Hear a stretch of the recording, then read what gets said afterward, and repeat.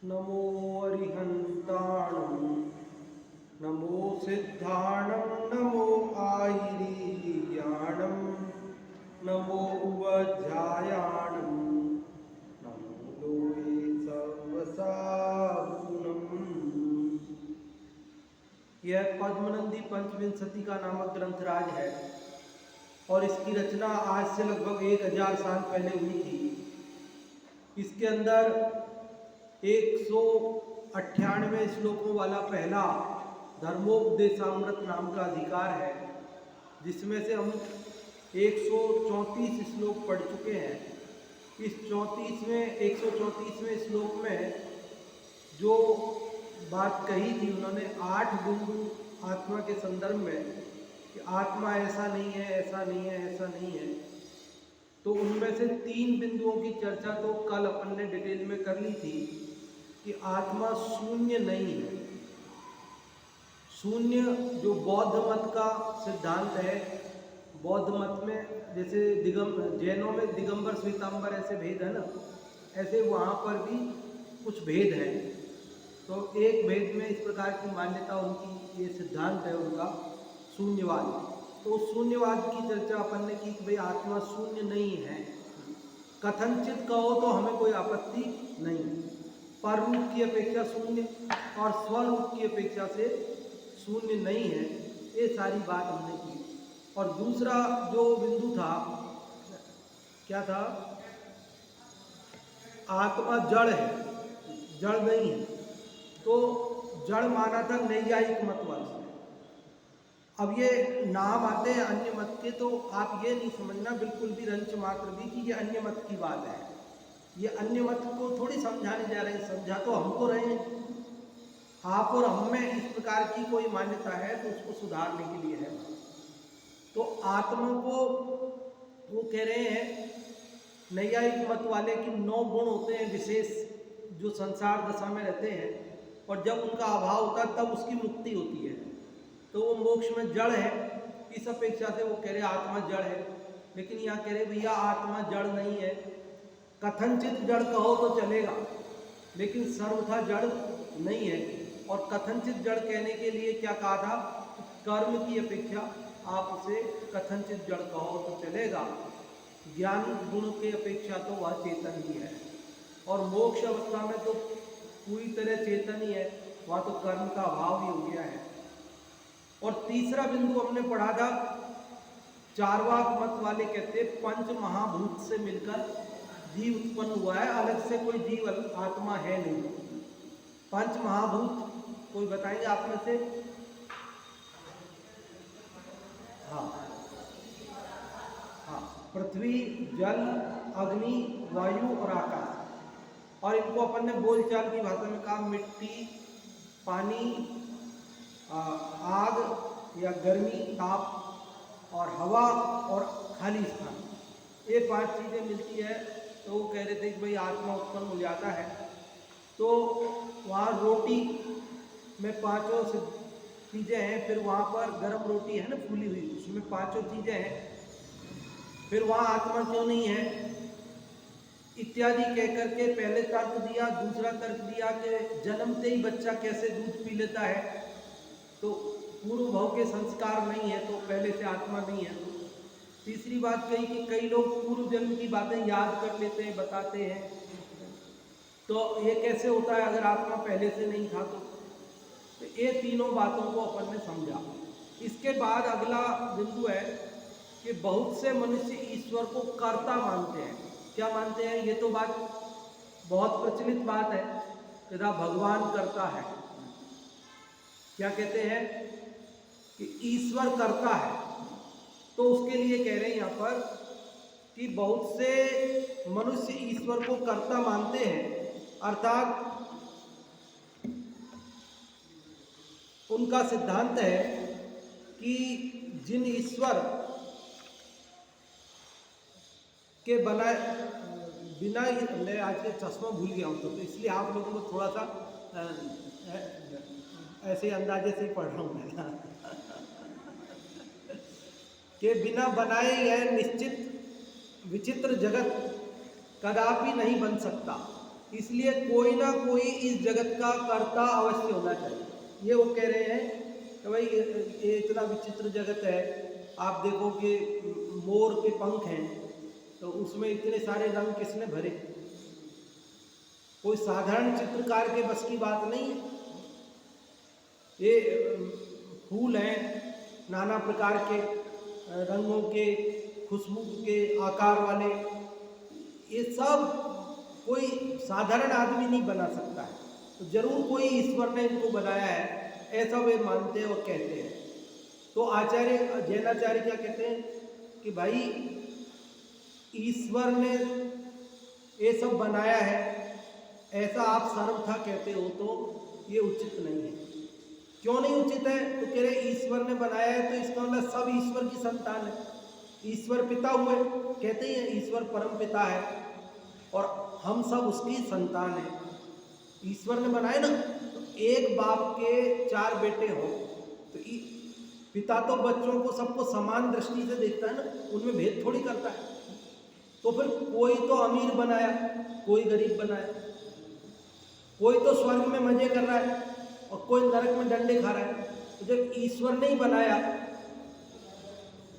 तो सबको बराबर बना था, छोटा बड़ा दुखी सुखी क्यों बनाया, अमीर गरीब क्यों बनाया? कितना नंबर है? कितने नंबर है?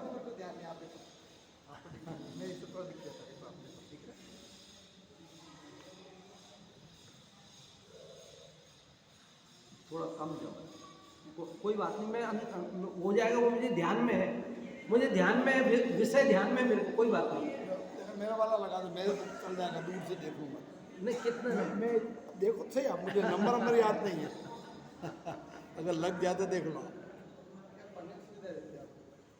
चलो वाह, मैं चला दूंगा बाबू। हाँ, मैं तो थोड़ा दूर रखता हूँ, दिख जाता मेरे को। ठीक है, ठीक है। तो देखो अब बात समझ में आ रही है आपको कि ईश्वर कर्तावाद के संदर्भ में उनका, अगर ईश्वर ही करता है सचमुच में, तो फिर ईश्वर करता है तो फिर वो सबको समान बनाना चाहिए ना, छोटा बड़ा क्यों बनाया? तो कोई अगर कर्म, जिसने जैसा कर्म किया ना, तो ईश्वर क्या करे, जिसने जैसा कर्म किया तो वैसा बना। तो कह रहे अच्छा कर्म के अनुसार होता है, तो फिर कर्म को ही करता मान लो ना, ईश्वर को करता क्यों मान रहे? जैनाचार्य ने कहा। और आप ईश्वर को कथनचित करता कहो तो हमें भी आपत्ति नहीं है।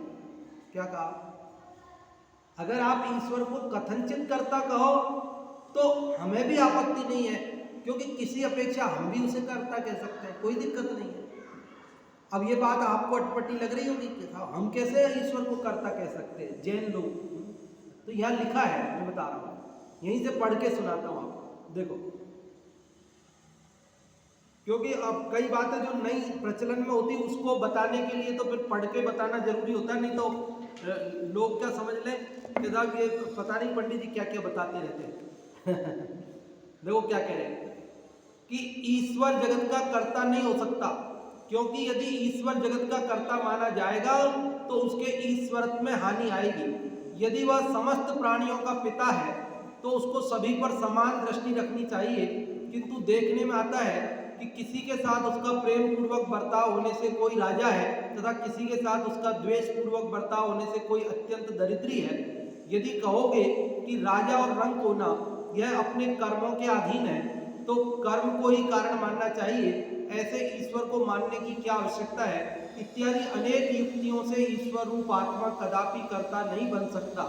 यदि किसी अन्य रीति से कर्ता मानो तो ठीक भी हो सकता है। क्या कहा? क्या कहा?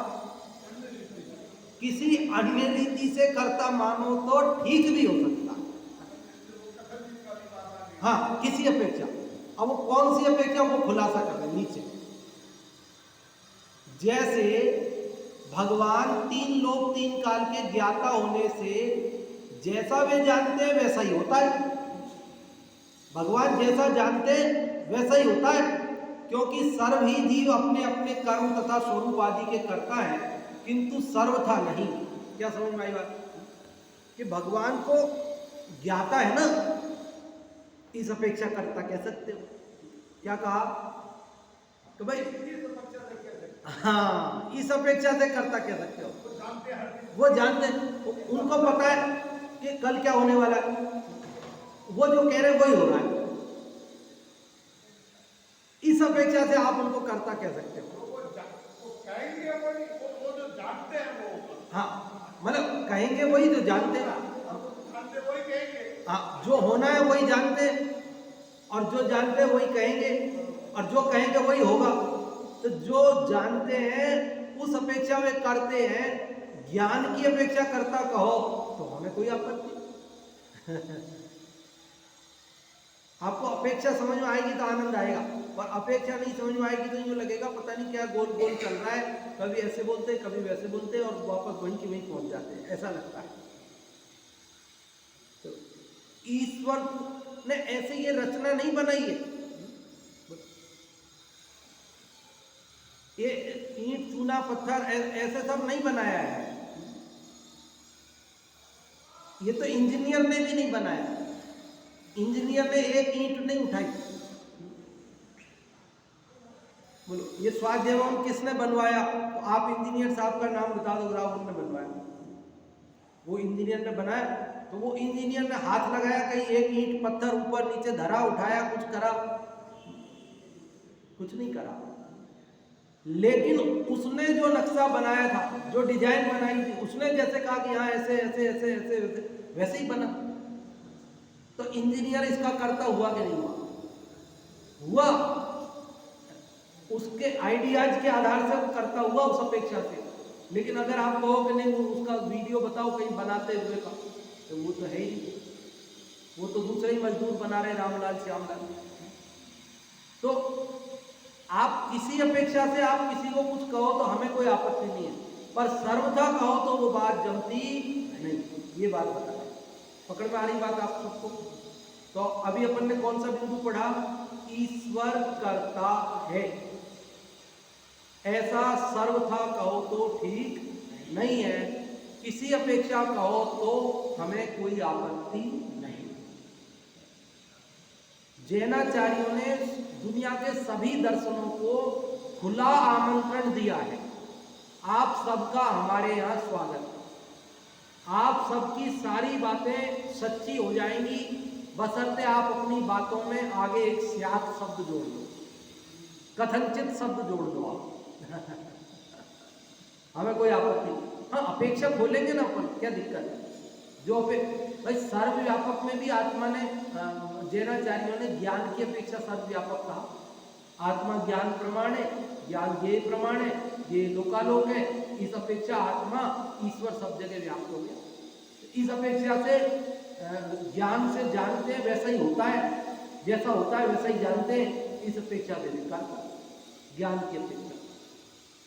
बोलो समझ में आ रही कि नहीं आ रही? नहीं समझ में आया तो आप पूछना, नहीं तो फिर वो कभी खुलासा होगी नहीं आपको। मेरी बार बार आती है ये बात, अभी 2 श्लोक के बाद में वापस आएगी यही बात, 2-3 श्लोक के बाद में वापस आएगी बात। इसलिए यही बात जो अभी कर रहे हैं चर्चा, सेम ये की यही बात आएगी, इसलिए वो एक बार क्लियर हो जाए तो बार बार का झंझट नहीं। आप चाहो तो इसको याद कर सकते हो अभी 2 मिनट में। आपको बता रखे भारत में 6 दर्शन है, 60 दर्शन के नाम से प्रसिद्ध है, और 3 दर्शन और है, कुल 9 दर्शन है। कितने दर्शन? 9। इनको याद रखना बहुत आसान है, 2 मिनट में आप अभी याद कर लोगे, सब बुद्धिमान हो आप। जो 6 दर्शन है उनके 3 जोड़े, क्या है वो? 3 जोड़े, तो 3 याद करोगे तो 6 याद हो जाएंगे। सांख्य योग ये एक जोड़ा है, कौन कौन सा? सांख्य योग, ये 2 दर्शन हो गए, एक जोड़ा। योग दर्शन है ना, योग दर्शन पतंजलि का योग दर्शन, रामदेव बाबा ने जिसको वर्तमान में काफी प्रचारित किया है, योग दर्शन। एक सांख्य दर्शन है, एक योग दर्शन। सांख्य में और योग में ज्यादा फर्क नहीं है, थोड़ा सा ही फर्क है, इसलिए ये जोड़ा है सांख्य योग का। दूसरा जोड़ा है न्याय वैशेषिक। दूसरा जोड़ा क्या है? न्याय और वैशेषिक। वैशेषिक मतलब क्या है मैं बताऊं? एक न्याय दर्शन जिसका नैयायिक कहलाता है, नैयायिक। ये नैयायिक वाले जो अभी कह रहे थे ना आत्मा को जड़ है, वो वाले। और दूसरे वैशेषिक विशेष। वैशेषिक क्या है? न्याय में और वैशेषिक में कोई अंतर नहीं, जरा सा अंतर है। न्याय ने जो तत्व माने हैं, वैशेषिक दर्शन ने कहा कि वे सब तो है, एक विशेष नाम का तत्व और है, तो वो विशेष तत्व को मानते हैं, इसलिए वो वैशेषिक। न्याय और वैशेषिक का जोड़ा, दो जोड़े याद हुए? बहुत बढ़िया। सांख्य योग न्याय वैशेषिक, फिर से बोलो। चार हो गए दो जोड़े में। सांख्य योग पहला जोड़ा, दूसरा जोड़ा न्याय और वैशेषिक, और तीसरा जोड़ा है मीमांसा और वेदांत। मीमांसा और वेदांत। हाँ, पूर्व मीमांसा, उत्तर मीमांसा भी कहते हैं। वेदांत दर्शन के दो पार्ट हैं, एक मीमांसा दर्शन और एक वेदांत दर्शन। ये तीसरा जोड़ा हो गया। वेदांत में जो क्या है, आत्मा अजर अमर है, सर्वव्यापी है, वो सब बात है। तो आपको तीन जोड़े याद हुए, कौन कौन से? पहला सांख्य योग, तीसरा न्याय वैशेषिक, और दूसरा मीमांसा और वेदांत। ये 6 दर्शन हो गए। पूरे भारत के ये 6 मुख्य दर्शन हैं। ये सब वेद पर आधारित है। ये 6 दर्शन वेदों को प्रमाण मानते हैं। ये 6 के 6 दर्शन क्या मानते हैं? वेद के आधार से चलते हैं ये सब। वेदांत एक में ही लग रहा है अंत वाले में, पर ये सब वेद को मानने वाले 6 दर्शन। आप बता रहा हूँ 3 दर्शन और है। और वो धीरे धीरे इसलिए बताता हूँ कि जितना जितना याद होता जाए उतना उतना आगे बढ़ूं। तो 3 जोड़े याद हो गए। पहले सांख्य योग का पहला जोड़ा, न्याय वैशेषिक का दूसरा जोड़ा, और मीमांसा वेदांत का तीसरा जोड़ा। ये 6 दर्शन तो वैदिक दर्शन कहलाते हैं, आस्तिक दर्शन कहलाते हैं। और 3 दर्शन, एक जैन दर्शन है, एक बौद्ध दर्शन है, और एक चारवाक दर्शन, वो नास्तिक जिसको कहा वाक। ये 3 दर्शन और हैं। इनको वे लोग नास्तिक कहते हैं। क्या कहते हैं? क्योंकि ये 3 दर्शन वेदों को नहीं मानते। वो 6 दर्शन तो वेदों को मानते हैं, ये 3 दर्शन वेदों को नहीं मानते। और उन्होंने परिभाषा क्या बनाई है कि जो वेदों को माने वो तो आस्तिक, और जो वेदों को नहीं माने वो नास्तिक। अब क्या करें, परिभाषा पक्षपात पूर्ण बनाई तो। ऐसे तो हम भी परिभाषा बना दे कि जो हमारे समय सार को मानेगा वो आस्तिक और बाकी नास्तिक।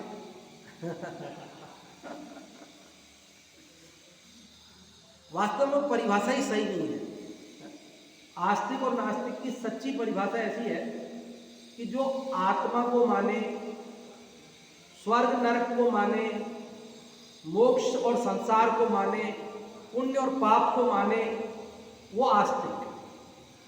क्या समझ में आएगा? वास्तव में आस्तिक की परिभाषा ये है। आस्तिक की परिभाषा, सही परिभाषा क्या है? जो आत्मा परमात्मा को माने, स्वर्ग नरक को माने, जो पुण्य पाप को माने, वो आस्तिक है। और इस अपेक्षा से देखें तो 8 दर्शन आस्तिक है, एक ही नास्तिक, केवल चारवाक। चारवाक ना आत्मा को मानता, ना परमात्मा को मानता, ना वो स्वर्ग नरक मानता, ना पुण्य पाप मानता, वो कुछ नहीं मानता, इसलिए वो नास्तिक है। और बाकी जैन दर्शन तो मानता ही है, वो आस्तिक है। बौद्ध दर्शन भी मानता है, इसलिए वो भी आस्तिक है। अब पूरे 9 दर्शन आपको मैंने बता दिए हैं। आपने नोट कर लिए कि रह गए?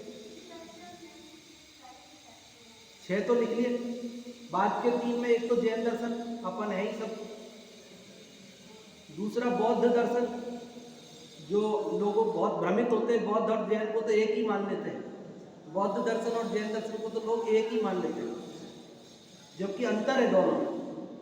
और तीसरा है चारवाक दर्शन। हो गए 9 दर्शन।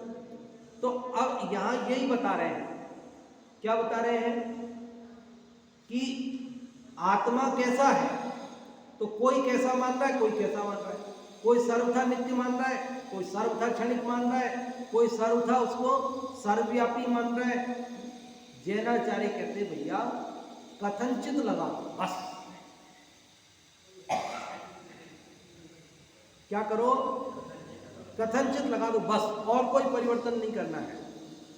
देखो आगे अगला बिंदु, अनेकवादियों का यह कथन है कि आत्मा एक रूप ही है, अनेक रूप नहीं। बाबूजी आपको तकलीफ पड़ रही है, आप ले लो काम में, नहीं मेरे तो चल जाएगा काम।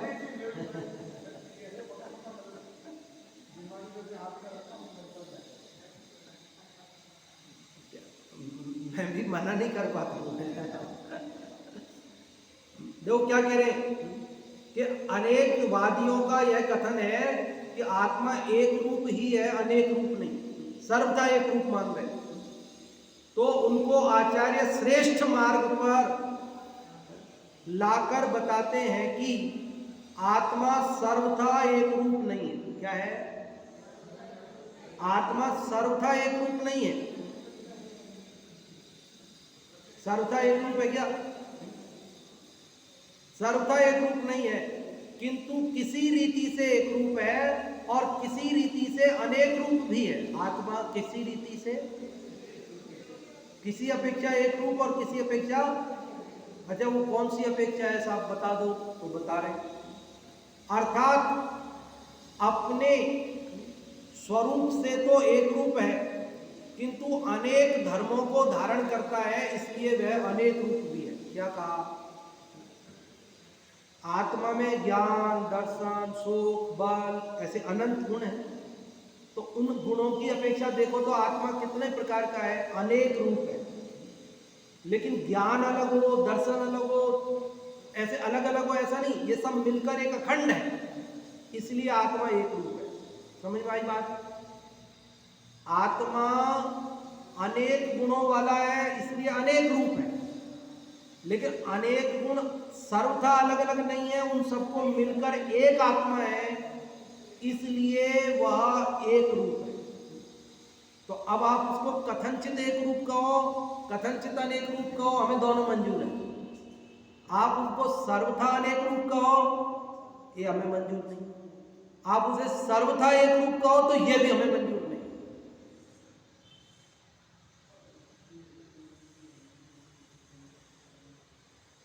जैन साहब पकड़ में आ रही बात? आत्मा एक रूप कैसे और अनेक रूप कैसे? अनेक गुण है। हाँ हाँ हाँ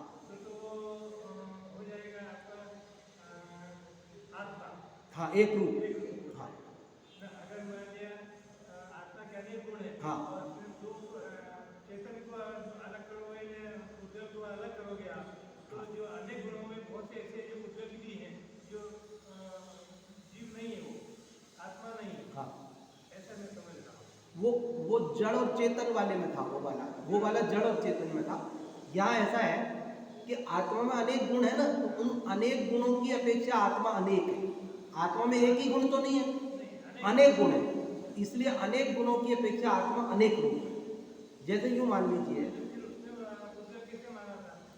उद्गत तो इस अपेक्षा से माना था कि जड़ तो इस अपेक्षा से माना था कि आत्मा में ज्ञान गुण है, ऐसे ही अस्तित्व, वस्तुत्व आदि अनंत गुण है।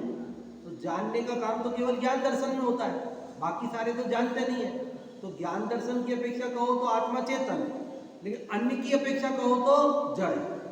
जैसे अस्तित्व गुण की अपेक्षा कहो तो जड़ है, सबको मिला।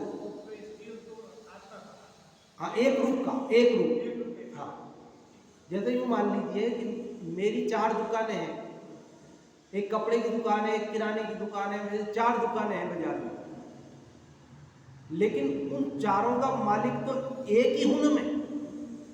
तो वो चारों दुकानें किसकी है? एक ही जने की है ना, एक मालिक एक ही है, तो वो एक की हुई। और यूं चारों पे अलग अलग माल बिक रहा है, अलग अलग जगह रखी है, अलग अलग सारी चीजें हैं, तो चारों अलग अलग है। चारों दुकानें अलग अलग भी है और चारों दुकानें एक भी है।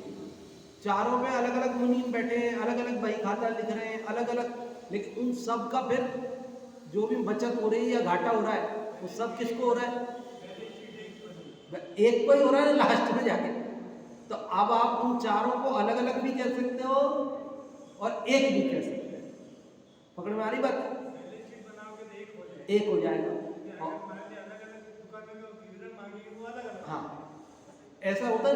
अब घर में आजकल करते हैं ना लोग, इनकम टैक्स में करते हैं कि 4 सदस्य तो 4 फाइल, पत्नी के नाम से 1 फाइल, भले वो कोई काम करती नहीं, बिजनेस घर का काम संभाल लिया है। हाँ, मतलब किसी भी वजह से आपने 4 फाइल बना दी, तो 4 फाइल बना दी तो आप चारों अलग अलग हो गए, एक हो? बताओ हम एक भी हैं और 4 भी हैं। 4 भी हैं उसमें क्या है, और एक भी है। जब कोई सामने वाला लड़ने आएगा तो हम चारों एक हैं, और जब हमारी आपस की बात है तो हम चारों अलग अलग हैं। कौरव पांडवों में जब झगड़ा चलता था तो एक जो दुर्योधन का शत्रु था वो आ गया युधिष्ठिर के पास और उसने कहा कि तुम ऐसे करो, मेरा भी दुश्मन है दुर्योधन, और मैं अकेला उससे बदला ले नहीं पा रहा हूं क्योंकि वो ताकतवर है, मैं कमजोर हूं। वैसे मेरे अंदर ताकत की कमी नहीं, पर मैं उतनी नहीं, उससे अकेला नहीं लड़ सकता हूं। तो तुम ऐसे करो कि मेरे को अपने साथ मिला लो, क्योंकि तुमको भी लड़ाई लड़नी है, मेरे को भी लड़नी है, तो अपन मिल के लड़ते हैं। तो युधिष्ठिर ने क्या कहा कि जब बात आपस की है तो वे 100 और हम 5 हैं, लेकिन जब बात तीसरे की आ जाएगी तो फिर हम 105 हैं। लड़ाई हमारी है आपस में, ये बात सही है, लेकिन तू कौन होता है बीच में आने वाला? अगर तेरे से लड़ना होगा तो फिर दुर्योधन नहीं लड़ेगा, मैं भी लड़ूंगा, क्योंकि आखिरकार तो दुर्योधन मेरा भाई है। भले हम लड़ रहे हैं पर है भाई। तो तू ये आज के बाद सोचना मत कि तेरे साथ मिलकर के मैं अपने भाई से लड़ूंगा। क्या सिद्धांत होते थे पहले लोगों के ना, लोगों के क्या सिद्धांत होते थे। और आज अगर भाई भाई में झगड़ा होवे और कोई तीसरा आदमी मिल जावे ऐसा कि लाओ मैं तुम्हारा साथ देता हूं, तो भाई क्या कहेगा? यही कहेगा जो युधिष्ठिर ने कहा।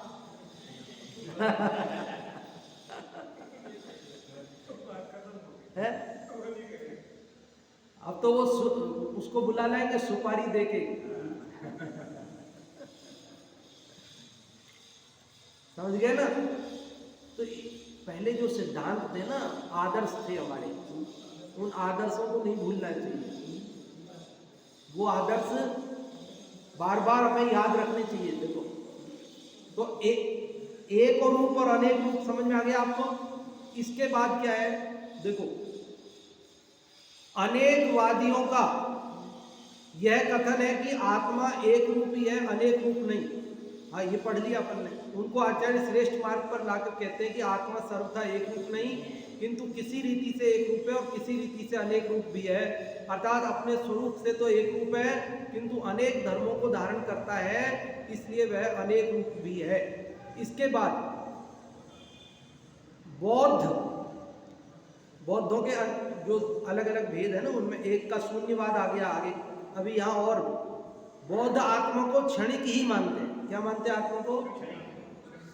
क्षणिक, एक क्षण में बस नष्ट हो जाता है आत्मा। कितनी देर? एक क्षण, अगले क्षण नष्ट, खत्म, ऐसा मानते हैं। तो कह रहे हैं, अर्थात उनका सिद्धांत है कि संसार में जितने पदार्थ हैं वे सब क्षणिक ही हैं, इसलिए आत्मा भी क्षणिक ही है। क्या मान रहे हैं वो आत्मा को? क्या मान रहे हैं? आत्मा भी क्षणिक है। तो उनको आचार्य समझाते हैं कि तुमने जो आत्मा को सर्वथा क्षणिक मान रखा है, ऐसा आत्मा सर्वथा क्षणिक नहीं है। आत्मा सर्वथा क्षणिक नहीं है, कथनचित तो है कि नहीं है? किस अपेक्षा से? पर्याय की अपेक्षा से, और द्रव्य की अपेक्षा से नित्य है। द्रव्य की अपेक्षा से नित्य है। उनको आचार्य समझाते हैं कि तुमने जो आत्मा को सर्वथा क्षणिक मान रखा है,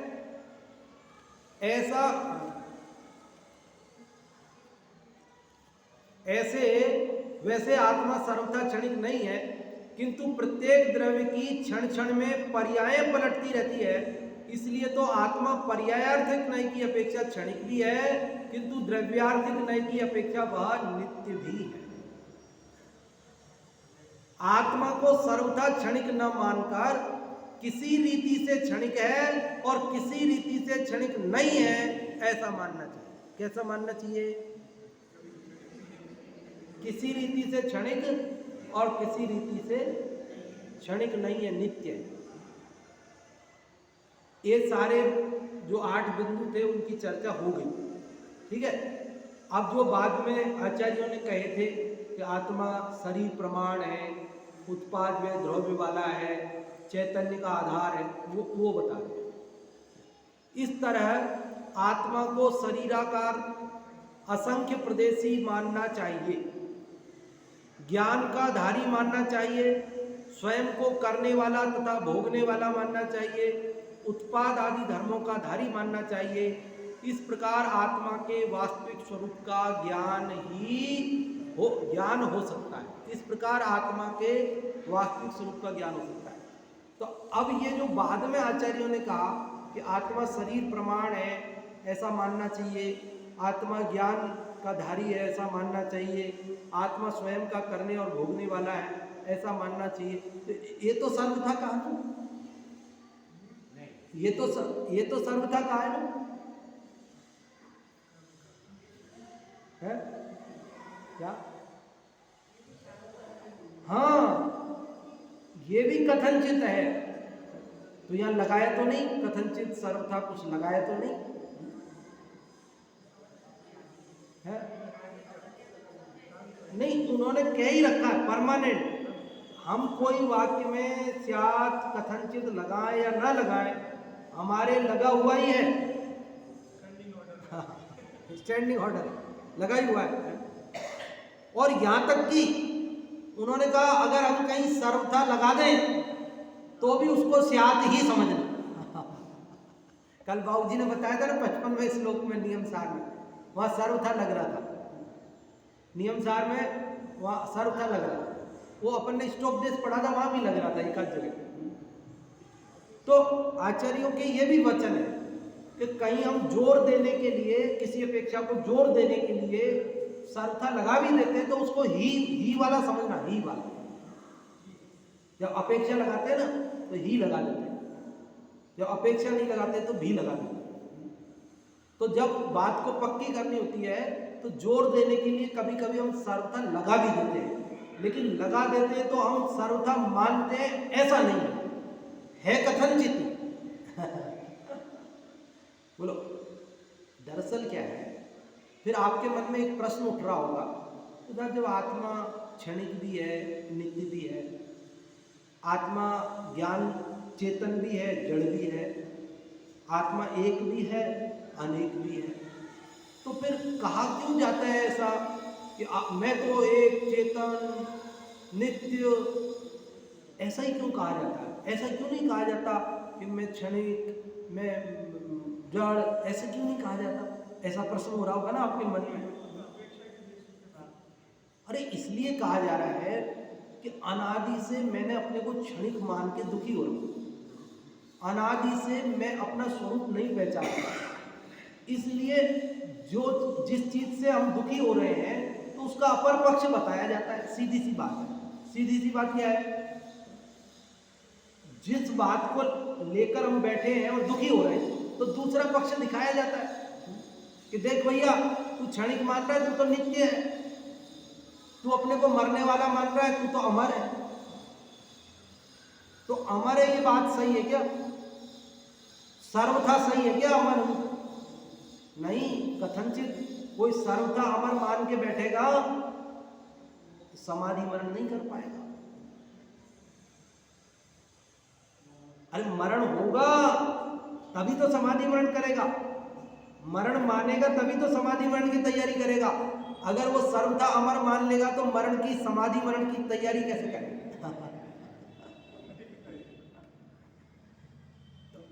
बोलो, लोक में भी ऐसा ही होता है कि साहब पैसा तो हाथ का मैल, तो सर्वथा हाथ का मैल है क्या? क्यों सर्वथा हाथ का मैल है? अरे भैया पैसे बिना काम नहीं चलता है। पैसे से ही कीमत होती है आदमी की। जिसके पास पैसे नहीं हो उसको कोई पूछता नहीं है? हाँ, प्राण है वो 11वां। धनम वही प्राण। अच्छा अच्छा, तो धन प्राण है, अच्छा तो धन बहुत महत्वपूर्ण है। अरे क्या सोच रहे हो, वो तो हाथ का मैल है, कुछ नहीं, मिट्टी है। दोनों अपेक्षा है। जो उसको सब कुछ मान के बैठ गया पैसे को और बाकी सब चीजें भूल गया, तो उसको कहते हैं वो धूल है, धूल।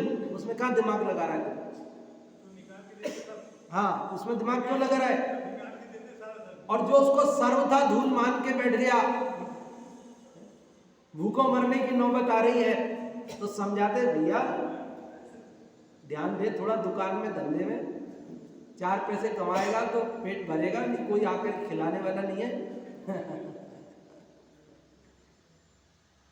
अपेक्षा दोनों है। ये सब सच्ची कौन सी है? दोनों सच्ची अपेक्षा है, झूठी कोई नहीं है। सर्वथा मानेगा तो वो गलत होता है। जब जिस अपेक्षा की जरूरत होती है उसको मुख्य करते हैं, जब जिसकी अपेक्षा की जरूरत नहीं होती उसको गौण करते हैं, अभाव नहीं करते। आत्मा नित्य भी है, क्षणिक भी, आत्मा जड़ भी है, आत्मा चेतन भी है, आत्मा मरण धर्मा भी है, आत्मा अजर अमर भी है। आत्मा का जन्म मरण भी होता है। अनादि से जन्म मरण कर रहे हैं ना हम, कर रहे कि नहीं कर रहे? फिर ये बात गलत लिखी होगी फिर तो जन्म मरण जन्म मरण जन्म मरण। अगर आत्मा सर्वथा अजर अमर हो तो जिस अपेक्षा से बात कही जाए वो अपेक्षा समझने की जरूरत है। देखो आजकल क्या हो रहा है, हम लोगों की सहन शक्ति बहुत घट गई। हमारे अंदर सहन करने की पावर नहीं बिल्कुल भी। हम जो मानते हैं, जो सुनते हैं, जो सुन रखा है, सामने वाला उसके विरुद्ध कुछ भी कह दे, हम तुरंत आग बबूला हो जाते हैं और कह देते हैं कि ये तो झूठी है बात, ये तो बेकार है बात, उसका बहिष्कार कर देते 1 सेकंड में। हमें धैर्य से उसकी बात सुननी है। क्या करना है? कोई आदमी कुछ भी कह दे, कोई आदमी कुछ भी कह दे, हमें धैर्य से उसकी बात सुननी है, आग बबूला नहीं होना है। फिर उससे धीरे से एक बात पूछनी। अरे गलत बात को हम भी स्वीकार नहीं करेंगे, इसका मतलब ये थोड़ी कि असत्य को स्वीकार कर लेंगे। असत्य तो असत्य रहेगा, असत्य को हम स्वीकार करने वाले नहीं हैं। धीरे से एक बात पूछनी उससे, भैया तुमने जो अभी आत्मा को क्षणिक कहा, तुमने जो आत्मा को नित्य कहा, तुमने ये किस अपेक्षा से कहा? अपेक्षा बताओ अपनी। और वो अगर अपेक्षा सही बताए कि द्रव्य अपेक्षा मैंने नित्य कहा, मैंने पर्याय अपेक्षा क्षणिक कहा, ओके स्वागत है आपका, सही है आपकी बात। और वो कहे नहीं मैंने तो पर्याय अपेक्षा उसे नित्य कहा है, तो गलत है तेरी बात, ये हम स्वीकार नहीं कर सकते। पर्याय की अपेक्षा नित्य थोड़ी होता है। वो कहे नहीं मैंने द्रव्य की अपेक्षा से क्षणिक कहा, गलत है बात, हम स्वीकार नहीं कर सकते। समझ में आ रही बात?